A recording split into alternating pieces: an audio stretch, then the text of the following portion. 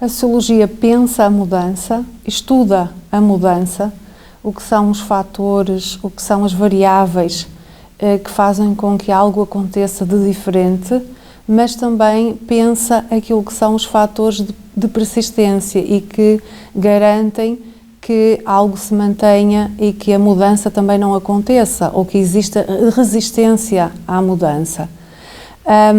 Existe nos estudos do tempo e sociedade esta ideia, que parece muito relevante, de que a mudança precisa de muito tempo, por vezes.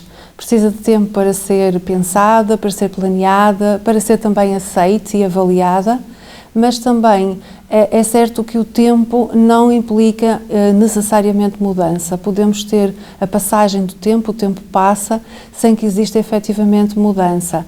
Nós vivemos um tempo particularmente interessante do ponto de vista da sociologia para analisar o que é esta relação entre mudanças e persistências, porque de facto trata-se de dois conceitos, de dois processos que acontecem muito em simultâneo, não é? São características daquilo que é a sociedade, a forma como nos organizamos.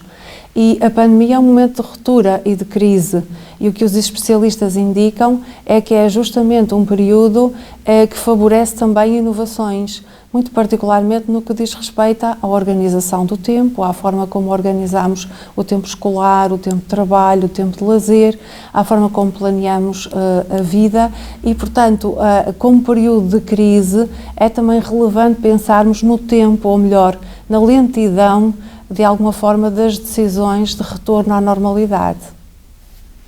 O jornalismo que nós podemos remeter ao início da modernidade, quase, o início do jornalismo coincide com o final do século XVIII, ou melhor, o início do século XVIII, final do século XVII. Nós estávamos em pleno desenvolvimento da ideia de modernidade. E esse desenvolvimento dá-se precisamente também, não apenas a partir de uma metafísica que separa sujeito e objeto e que cria também aí o jornalismo, não é? A ideia da objetividade, mas no caso do jornalismo, o jornalismo como relato do moderno, como relato de um moderno que depois declina no atual, não é? E nesse sentido o jornalismo tem profundamente a ver com a nossa visão da época. Tem muito a ver com aquilo que passou para, no fundo, para o comum dos mortais, para a sociedade em geral, de ideia de modernidade, de modernidade como atualidade, como atualização, como mudança permanente.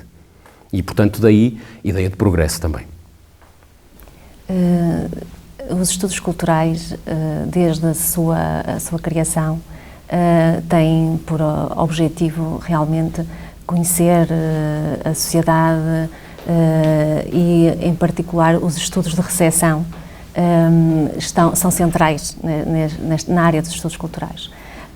Os estudos de recepção que têm sido desenvolvidos, em particular no sexo, nos últimos anos, e com jovens, têm, de facto, demonstrado que há um conjunto de materiais que podem estimular a reflexão em torno do passado e do presente das relações interculturais, contribuindo para a transformação de mentalidades, de representações sociais, de estereótipos sociais, melhorando, contribuindo até para a mudança social e para futuros mais informados, em que prevalece o conhecimento mútuo, e isto poderá ter como consequência a construção de sociedades mais justas e plurais.